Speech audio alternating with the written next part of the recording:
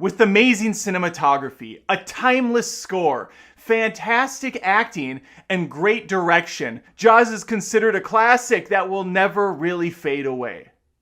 But we're talking about Meg, The Trench, a sequel to Meg, a film that faded away right after it hit theaters. And this sequel definitely lives up to that hype.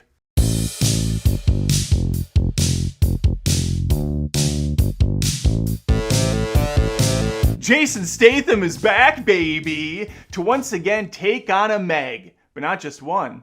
This is a sequel, so naturally he's going up against three for the second movie. That makes sense. And these Megs are bigger, they're stronger, and they're for some reason much more cartoony than they were the first time around. I don't know why. The first Meg made a ton of money. I think there are a couple other returning cast members from the first, but again, I completely forgot everything about that film the moment I left the theaters, outside of Big Shark. If you're looking for this movie to be a little bit zanier, a little bit more fun, you should probably look somewhere else.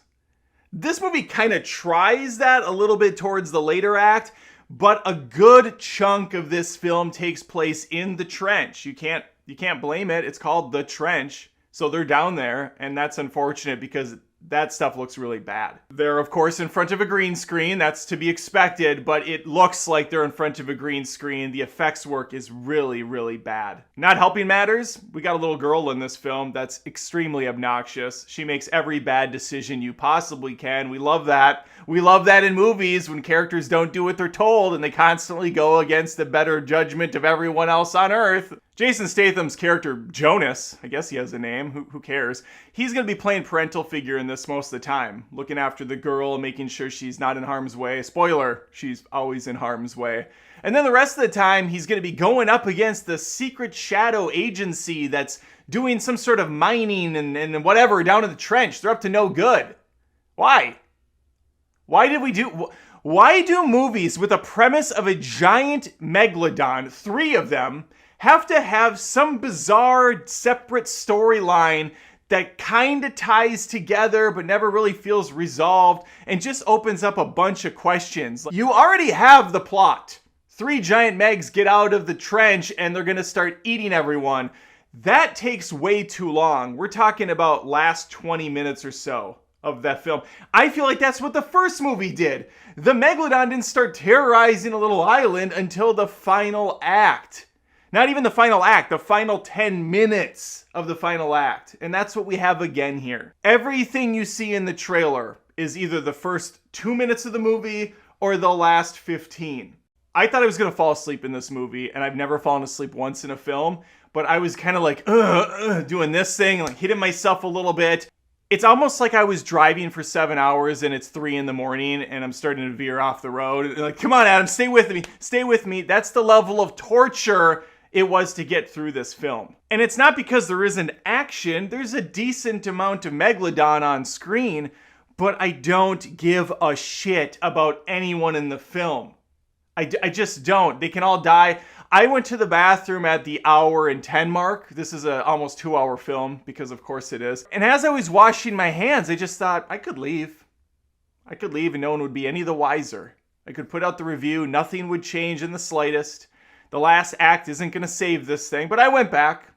I went back and watched Jason Statham drive around on his jet ski and throw spear bombs into the mouths of these fucking things. I watched as he slid down the dock and it started to break. I watched. Those little dinosaur pup things were running around. It's miserable. It's a miserable time. I think the only real saving grace in the final section of the film is the director wisely cast some females with pretty solid assets. Let's just say this. The sharks aren't the only large thing you see on the beach.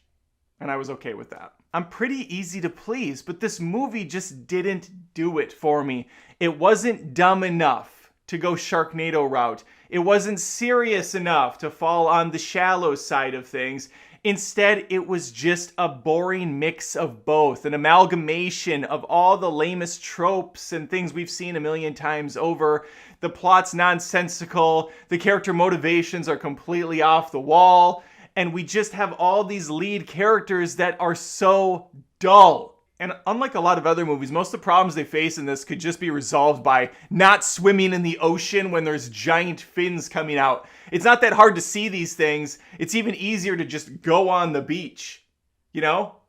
There's a good amount of time when these idiots are just like, oh, look, there's 3 giant sharks swimming around. I better slowly paddle my fat ass onto the shore. No! I will give this movie credit for some of the creative shots in this. I really liked the POV of the mouth chomping on people. There are a few shots like that I really liked. However, this is a PG-13 movie.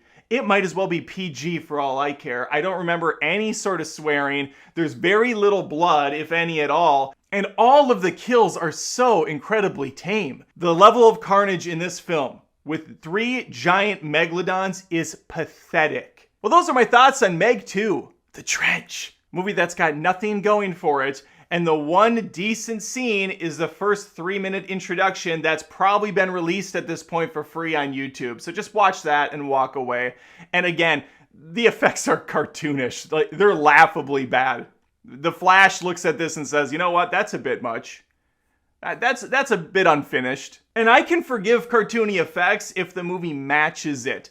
But the tone of this is not there. It's not silly enough. There's not enough exciting, over-the-top, extreme motions to match the cartoonish nature of everything else. It's an all-around miss. Do not waste your money on this one. But if you did, I'd love to hear your thoughts in the comments. Do you fully disagree? Are you like, Adam, this is Meg 2, The Trench, peak cinema. You don't know what the hell you're talking about. Meg was already the gold standard of shark films. This took it up 7 notches. I think that's probably a bit much. You might get some enjoyment out of it. I just didn't.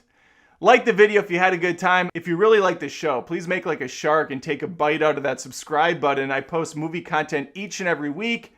Would love to have more people stick around. Now, if you excuse me, I'm heading to the beach now that I know there's absolutely nothing to be afraid of. Thanks, Meg 2.